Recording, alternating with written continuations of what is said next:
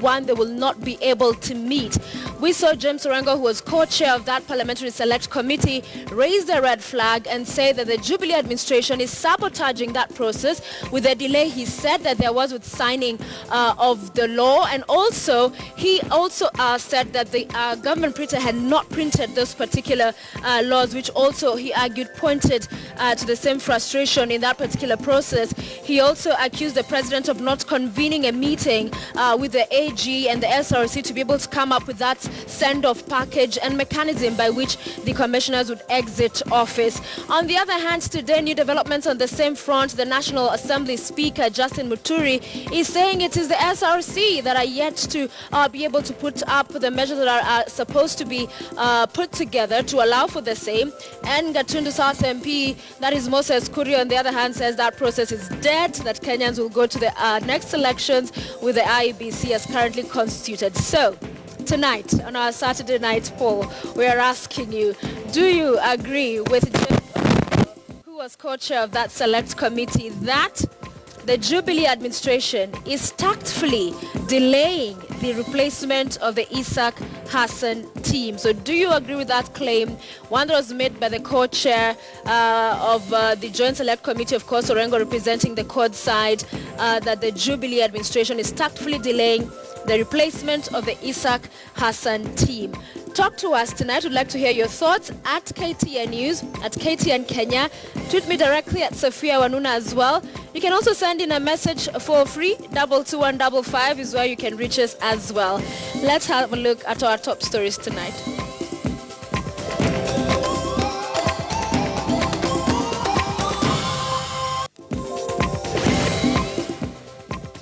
We have to have IEBC, new commissioners, by 30th of September, or there is no new IEBC.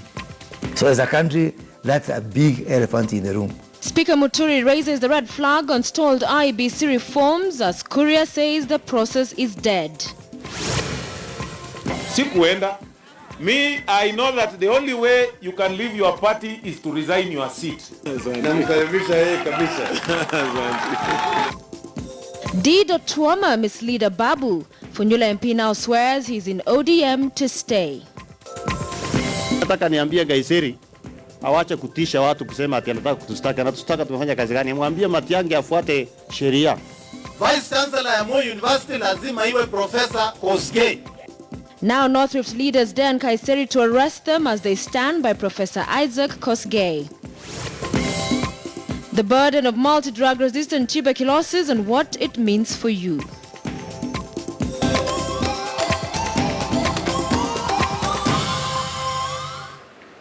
So we begin with a bombshell from both the Speaker of Kenya's National Assembly, Justin Muturi, and the Gatundu South MP, Moses Kuria, who have raised the red flag over the stalled process of replacing the Electoral Commission members. Muturi has pointed an accusing finger at the Salaries and Remuneration Commission and the National Treasury for paralyzing the electoral reforms process, even after President Uhuru Kenyatta signed the necessary legislation to push it forward. But as KTN senior political reporter Duncan Hayamba now reports, the Gatundu South MP has said that Kenya may be forced to go to the next election with the current IEBC commissioners. And we will be having that story shortly for you, so please do stay with us here on Weekend Prime. But even as Moses Kuria expressed doubts over the possibility of getting a new electoral commission in time, the CS Senator James Orengo, who was co-chair in the Joint Parliamentary Select Committee on IEBC reforms, has said there is still a small window left. Orengo, however, warned that if the executive does not release the funds to send the current commissioners home by Monday, then the opposition will go back to the streets to demand the IEBC reforms. He was speaking in Mtongwe. Uhuru Kenyatta ameleta matatizo fulani. Anataka kuleta ujanja ili kuona ya kwamba commission ambao tunataka tuweke isiwe. Wamekataa kutoa pesa kutoka kwa treasury ili tuweze kuwachagua makommissioners wapya. Wakati tulikuwa na mkutano, tuliita ule waziri wa fedha ili hakikisha kwamba tuna hela ya kutosha kuwalipa hawa commissioners wako na wale wataajiriwa baadaye.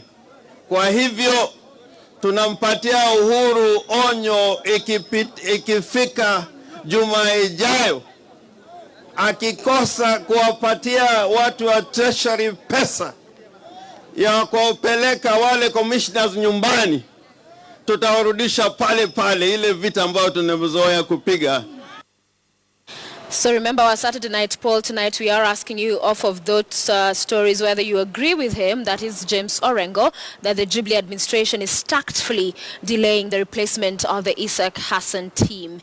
Now from the politics of the Kenyan electoral body, let's go to the development inside the ODM party, where the opposition leader Raila Odinga seems to have pulled one renegade back into the fold. Raila announced the apparent return of the recently rebellious Paul Otuoma, who's the MP for Funyula. Timothy Otieno reports.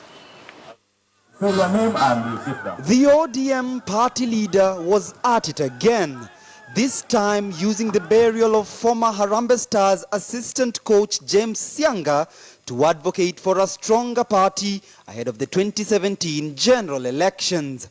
And when the time came, Funyula Member of Parliament and former deputy party leader of ODM Paul Otuoma would make remarks that would reposition him back into the Orange Democratic Movement. Na wakati huo nilikuwa nimekasirika na baba huyu.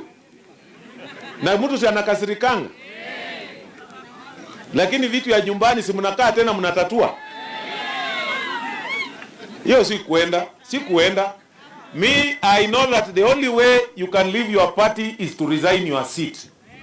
The legislator stating that he had only stepped aside from his position as deputy party leader but was still a staunch follower and member of the Orange Party. The statement coming contrary to one he made in July this year. Na nitapeleka barua. Tunataka niwache. Because I cannot speak as a vice chairman na unafikiria tu ati ni vitu ya kucheza. I'm almost 50 years. And I have suffered. The then exit by the Funyula Member of Parliament alongside then ODM Secretary General Ababu Namwamba would open the gates for a number of exits from the party and by extension the Coalition for Reforms and Democracy. Hapo kulikuwa na mwanya, lakini sasa nimerudisha yeye, nimempatia yeye namba 10. Tunaendelea pamoja. Sisi tunaendelea pamoja. Unajua sisi kama wana code, wana ODM, tunajua pale tumetoka na pale tuko sasa, kile tunaelekea. Already, the party's disciplinary committee has written to 13 defectors to show cause why they ought not to be deregistered from the party. Interestingly, Otuoma's return comes just 2 days after Ababu Namwamba, with whom they defected jointly, jumped into another political outfit, Julia Ojambo's Labour Party of Kenya.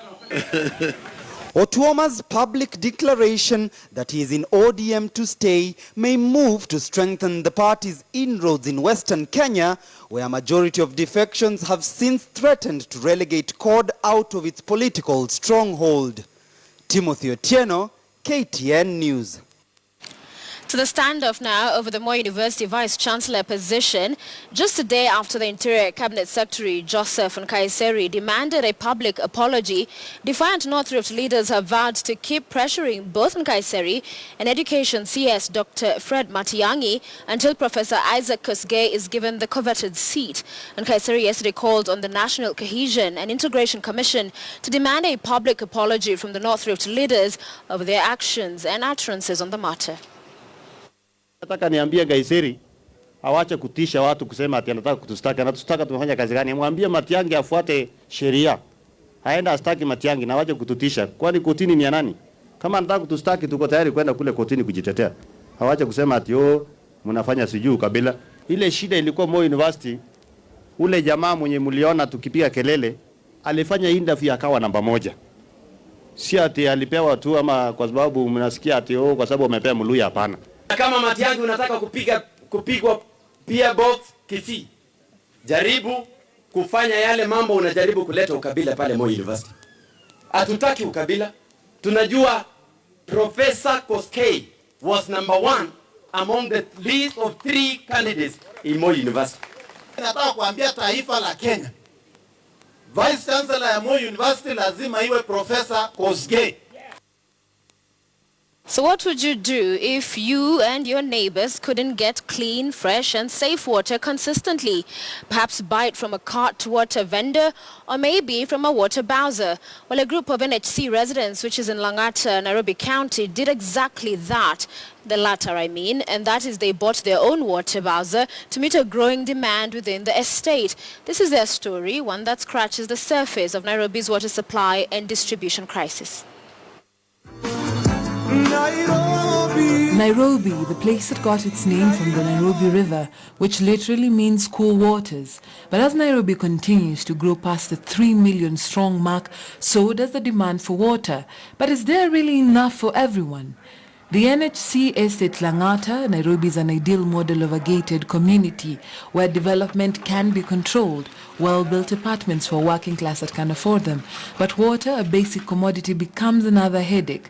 Gina Lala, a resident, shows us her water bill. I've lived here for about 8 years now. Initially when I moved in, there was no water problem. We had water throughout. And then after, I think about 2 years, they started the rationing program, which worked fine because Nairobi Water would keep to their schedule. Then with time, I think after the phases grew, we had more phases come in. They continued the rationing, but they've not been very regular. The other problem we've been having is the water pressure. So a lot of us don't get water, or if we get, it's not adequate. When NHC as developer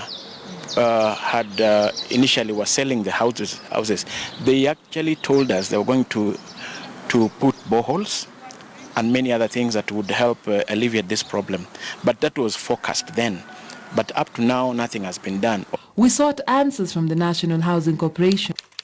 Though not on camera, the written response signed by Andrew Sais, the managing director, shifts responsibility back to the Nairobi City Water and Sewerage Company, responsible for supply and distribution. The water problem is so bad. And then, just to give an example, last week, we're supposed to get water on Sunday evening and supposed to go on Tuesday. Now, until Monday, we did not get water. The NCWSC Corporate Affairs Manager Baruch Vyakweli spoke to us. Per day, we supply about 550,000 cubic meters, and the demand is about 750,000 cubic meters. That means you have a shortfall of about 200,000 cubic meters. And because of that, now we are forced to come up with a distribution program that we have always put in place to ensure that we are distributing equitably depending on where you are residing. The NHC says each house has been provided adequate water storage tanks. All projects provided with the necessary infrastructure as per statutory approvals. And we've been trying to push that we have a borehole in our own estate, courtesy of NHC. But that promise was not honored to date. We came together, I told them, instead of making frequent rounds every time, on average we spend almost 30,000 for every 3 months. What if 100 of us come together and we put the money and buy our own truck? Because we used to buy water from such kind of bowsers for 1,000 per 1,000 litre tank, which is very exorbitant. With their own bowser, the demand is also at its high. Owaga Othiambo, one of those who coordinates delivery on the WhatsApp platform, explains that sometimes it can get overwhelming. We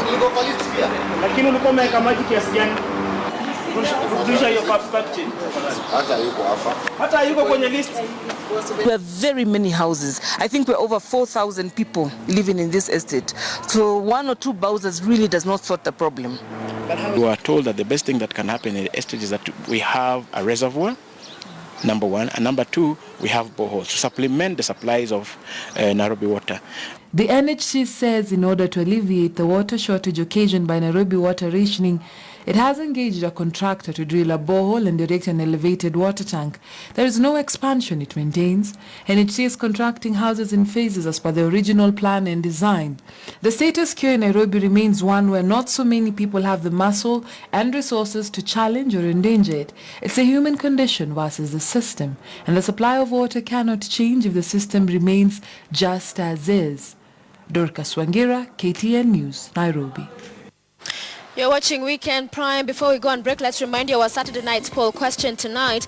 We're asking you whether you agree with James Orengo, who was co-chair of the Joint Select Committee of Parliament, that the Jubilee administration is tactfully delaying the replacement of the Isaac Hassan team. Talk to us, KTN News, KTN Kenya at Sophia Wanuna, or you can SMS in at 22155. We'll be back with more.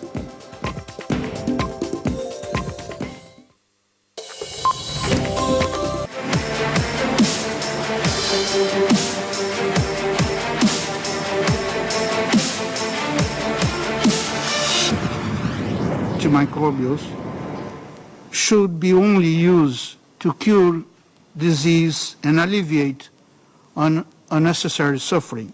We all know that alternatives exist and are only waiting to be developed. No nation can effectively engage in economic activities and pull itself out of poverty when even the most mundane of ailments and routine procedures are life-threatening. More than 30% of antimicrobial resistance is actually drug-resistant TB. It means if we can't win the battle against TB, we have already lost more than 30% of the total war against antimicrobial resistance. Antimicrobial resistance is a situation where disease-causing microorganisms, such as bacteria or viruses, become resistant to drugs as we know them, therefore rendering these drugs ineffective and unable to cure disease. This situation is predicted to be more deadly than cancer if not addressed urgently, and it will cause 10 million deaths worldwide every year. Nilikuwa na take 10 tablets and a half every morning. And injection every day, be it on a weekend, be it on a holiday. I was going to hospital. Yeah, because unge skip ata moja, because when you skip one, you start again. Meet Mary, though not her real name. She was diagnosed with multi-drug resistant TB in December of 2014 and had to go through treatment until August of 2016. 20 months of daily medication. I was admitted on 19th December. Yeah, because dawa zilikuwa zimekosekana. So nikaambiwa nitaklazwa because ningeenda nyumbani ningeambukiza wale wengine. Who do we call a multi-drug resistant TB patient? It is very, very well defined that you need to show resistance to either one or two of the products within the regimen. The many drugs she was taking meant that she suffered many side effects. I have to scratch my hands, even my legs. I have some marks on my legs. Even nilikuwa naibika kuvaa miniskirts. Mary's tuberculosis was acquired in a high school classroom from a fellow student. 3 of them got the multi-drug resistant TB. One did not live through the treatment. She succumbed while still young. We don't seem to have adequate controls of prescribing, and therefore you find that people are able to access antibiotics from any pharmacy without an indication. We also have a lot of problems with antibiotics being used for indications that are not appropriate.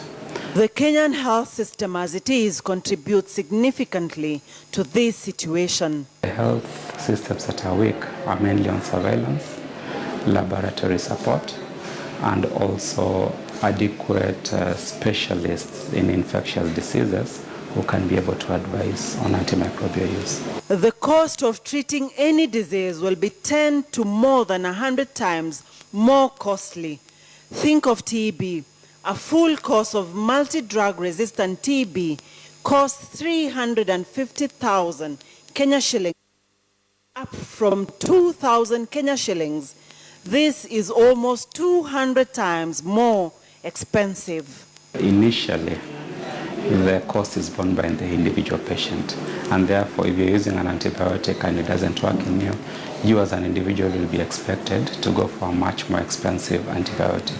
Caregivers and health practitioners alike are to blame in this impending public health threat. Over 70% of the respiratory tract infections are caused by viruses, and yet close to 90% of them are treated with antibiotics, which are not effective.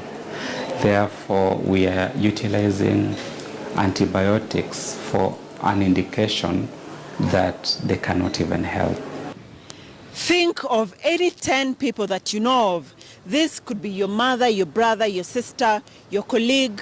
Any 10 of these people by 2050 will be dying every minute, every hour, every day due to antimicrobial resistance. Diseases such as pneumonia, syphilis, gonorrhea will no longer be responding to antibiotics as we know them, and this will be killing and killing indiscriminately. Dr. Mercy Korir for Health Digest, KTN News.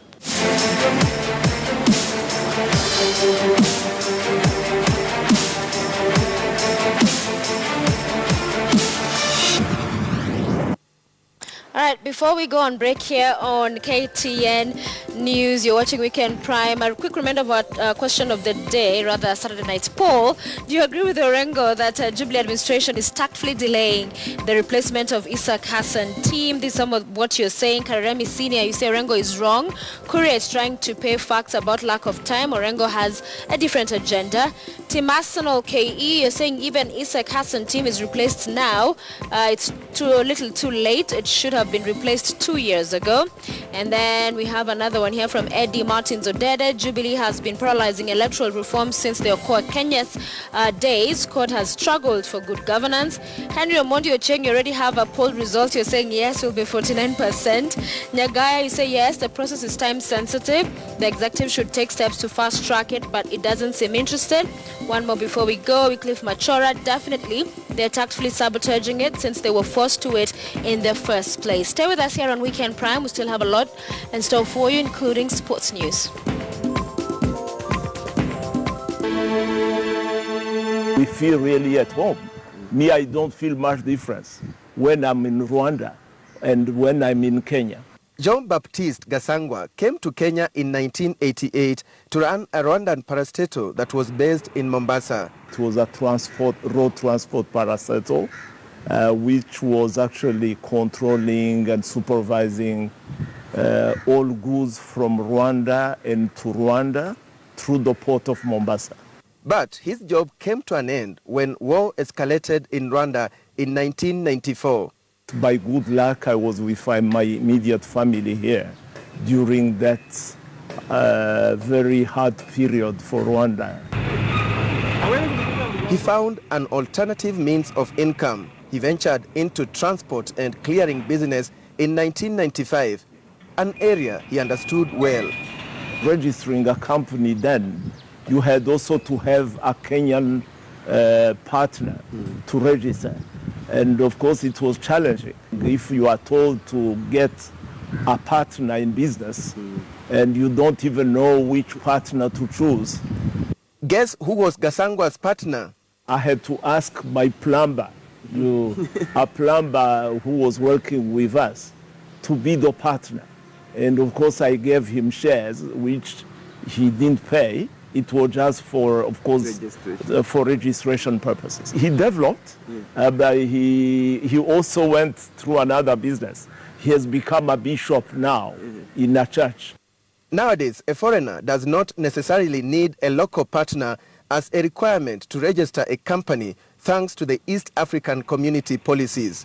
In the transport business, we offer both clearing the goods from the port of Mombasa and transportation of those same goods to destinations. So from where Gasangwa sits, what has changed at the port of Mombasa? Is there improvement when it comes to processing? I think the port has improved tremendously. We have really pushed them to the wall as stakeholders. I will tell you that if anybody wants to be honest in the port, we have really pushed the port management to improve. How about the time taken on the road? For example, on his main route, Mombasa-Kigali. I remember when we started, it was taking, I think, like 2 weeks to transport from the port of Mombasa to Rwanda, for example. Now it's taking only 4 or 5 days. But there are certain weaknesses that must be addressed, he says. We have not even been able to implement what our heads of state have agreed upon.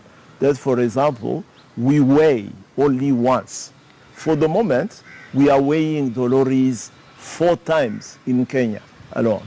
While we had said weighing, for example, once in Mariakani should be enough. Meanwhile, on the ground, his staff are busy going through paperwork. Gasangwa's second business is this hotel, which is located in Mutrapa, Kilifi County. He built it from scratch after purchasing a piece of land. Acquiring land in Kenya as a foreigner is not really a big challenge. The only thing they'll ask you is to know what you are doing in Kenya, whether you have a work permit or you have a resident permit. At the hotel, he has created employment for 25 people, all Kenyan except 2 Rwandans. So we really appreciate him for that, for coming to Kenya and investing in the hotel industry and helping to create job opportunities for the locals here. We shift attention to Gasangwa's other business again. Nikiondoka hapa asubuhi, napita Nairobi, silali Nairobi, napita Nairobi nalala mbele huko. So, Havugimana Evode has been cleared. He's taking off for Kigali. We don't know how long he will take. We will be accompanying him to tell his story of daring abroad. But in today's episode, it was the moment of his boss, Baptiste Gasangwa. So until we meet again next week, bye-bye for now.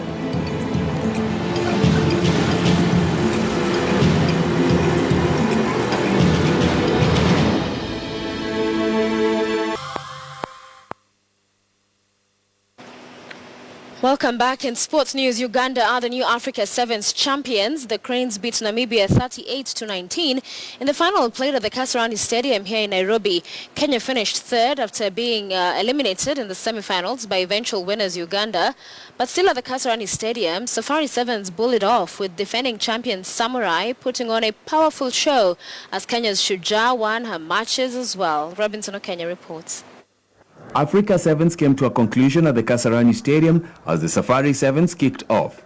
Uganda were crowned new African champions after upsetting Namibia in the finals to walk away with the trophy. The Cranes began the match on a pacey note to leave their opponents trailing 26-12 at the break. Uganda kept on firing in the second half, scoring 12 points to Namibia's 5 to walk away as African champions. Africa officials led by Marvin Green. Kenya, on the other hand, finished third after powering past Madagascar with a 41-0 win. Earlier on, Moran suffered an unexpected 17-12 loss to Uganda in the semi-finals. Kabras RFC's Philip Wakorach impressed for Uganda, making the opening try before Pius Ogela and Okoya Solomon made matter 17-0. Despite Kenya's spirited comeback in the second half scoring 12 points, Uganda held on to a 17-12 win. The scores Uganda got was out of our own mistakes, not really on structured play. So the mental was there, I believe. The mental was there, and they gave the fight, though they lost. By the time we had, 3 tries up, it was a bit, I think, difficult for the Kenyan team to come back. In Safari Sevens, Shujaa began a campaign on a winning note. Kenya got a 45-0 win in their first match against Rwanda, a match where Leonard Mugaisi and Cyprian Kuto impressed. In a second match, Kenya emerged 38-7 winners over Cape Warrior. In other matches of the day, Samurai were 36-0 winners over Morocco, while Portugal beat Rwanda 38-0. Red Whalers defeated Zimbabwe as Saxons inflicted defeat to Homeboys. Kenya failing to defend the African title, all eyes will now be on Shujaa on Sunday, which will also be the final day of the Safari Sevens. Robinson Okenye, KTN Sports. All right, thank you so much for joining us on Weekend Prime. It has been a pleasure having you with us. Have a good night and God bless you.